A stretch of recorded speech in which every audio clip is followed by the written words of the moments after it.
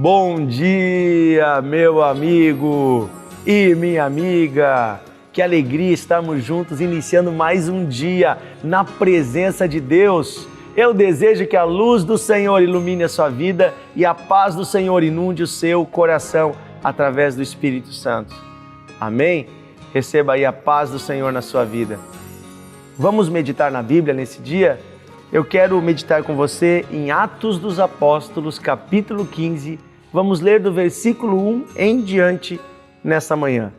Diz assim: alguns indivíduos que desceram da Judéia ensinavam aos irmãos: se não vos circuncidares segundo o costume de Moisés, não podeis ser salvos. E aqui eu quero parar um pouquinho nossa leitura e explicar para você, o contexto dessa passagem.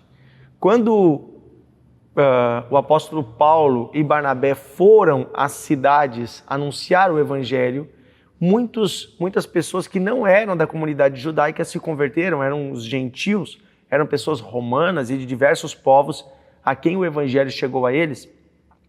E esses povos não tinham o costume da circuncisão, que era um mandamento de Deus para o povo de Israel. Agora eles estavam trazendo mais essa exigência.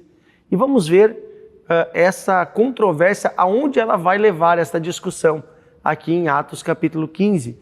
Diz assim: tendo havido da parte de Paulo e Barnabé contenda e não pequena discussão com eles, resolveram que esses dois e alguns outros dentre eles subissem a Jerusalém aos apóstolos e presbíteros com respeito a essa questão. Enviados, pois, e até certo ponto acompanhados da igreja, atravessaram as províncias da Fenícia e Samaria e, narrando a conversão dos gentios, causaram grande alegria a todos os irmãos.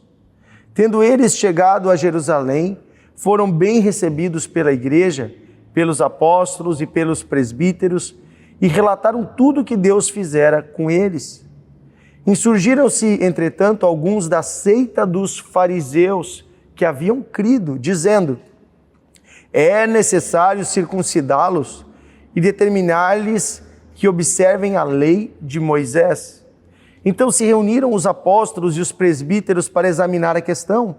Havendo grande debate, Pedro tomou a palavra e lhes disse: irmãos, vós sabeis que desde há muito tempo Deus me escolheu dentre vós para que por meu intermédio ouvissem os gentios a palavra do evangelho e crescem.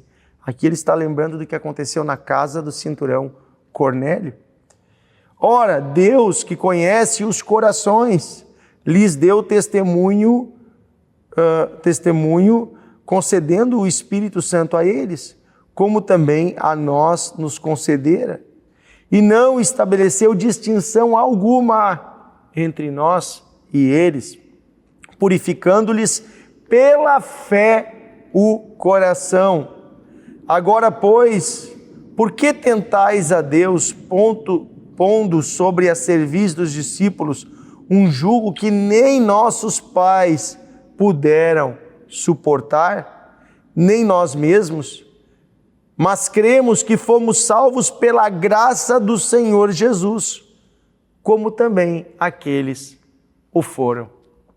Queridos, aqui nós vemos então no que resulta essa discussão.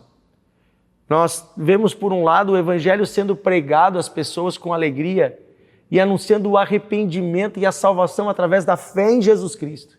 E as pessoas crendo e aceitando Jesus e recebendo Ele de coração. E por outro lado, um grupo de pessoas querendo impor sobre as pessoas regras e exigências para que elas sejam salvas. Não basta você ter Jesus, você tem que usar essa roupa.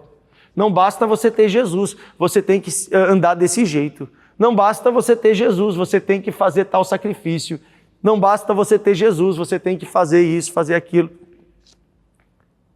E no caso aqui era a exigência da circuncisão. E a circuncisão era só o primeiro de várias exigências. Eles queriam que o povo guardasse toda a lei de Moisés. E aqui quando nós falamos da lei de Moisés, pessoal, eles não estavam falando apenas dos 10 mandamentos ou das leis morais de Deus, estavam falando das leis rituais, que falavam sobre a forma de se purificar depois de certa situação, sobre as impurezas, sobre isso, sobre aquilo, sobre os costumes envolvendo sacrifícios, sobre sábados, festas de lua nova.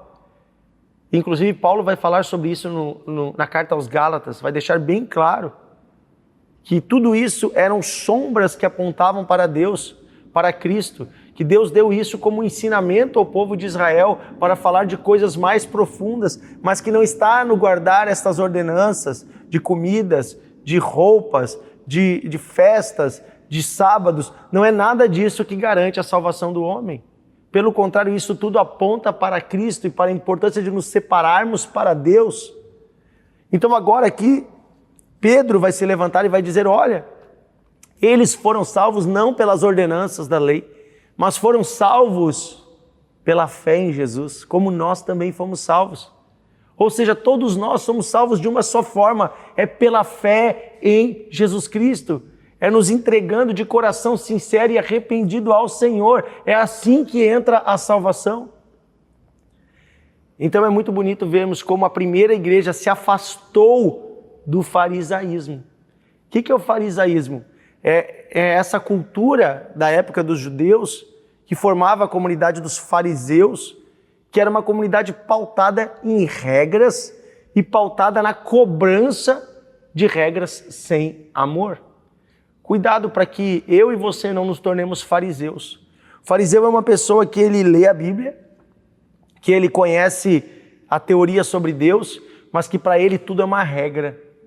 Ele vive só pela lei, ele é um legalista. E ele coloca esta lei não para ajudar os outros, mas para destruir a vida dos outros. Quem perseguiu e matou Jesus foram os fariseus. Contra quem Jesus falou mais fortemente nas suas pregações?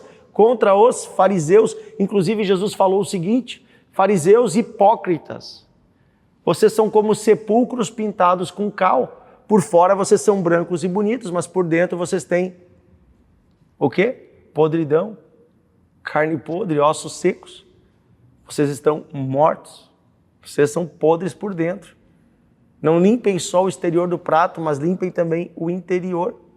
É disso que Jesus está falando, que a lei por si só, ela não tem poder para mudar o coração do homem, mas o coração do homem, quando ele é transformado, quando ele se encontra com Deus, ele tem alegria em agradar a Deus, ele tem alegria em servir ao Senhor e busca saber a sua lei, porque ele ama o Senhor. Amém? Que sejamos menos legalistas e mais cheios do amor de Jesus. Esse é o meu desejo, é o desejo do Espírito Santo para a igreja, para você, que possamos viver o Evangelho de forma simples, humana, acolhedora, cuidando das pessoas que Deus colocar no nosso caminho.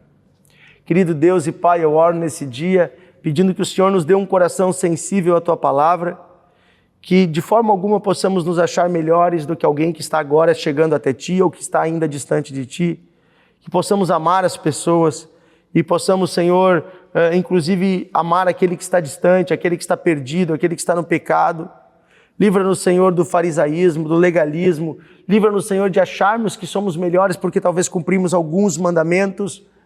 Eu quero pedir hoje, Senhor, dá-nos um coração como o coração de Jesus, que andava com os pecadores e os amava, mas que também anunciava o arrependimento. Senhor, eu peço, dá-nos a conversão do coração. Um coração convertido a Ti, um coração que Te ama e que busca a Tua vontade. É o que eu peço, Pai, em nome de Jesus. Amém. Amém. Que Deus abençoe você, meu amigo e minha amiga. Amanhã estaremos juntos em mais um Devocional de Fé.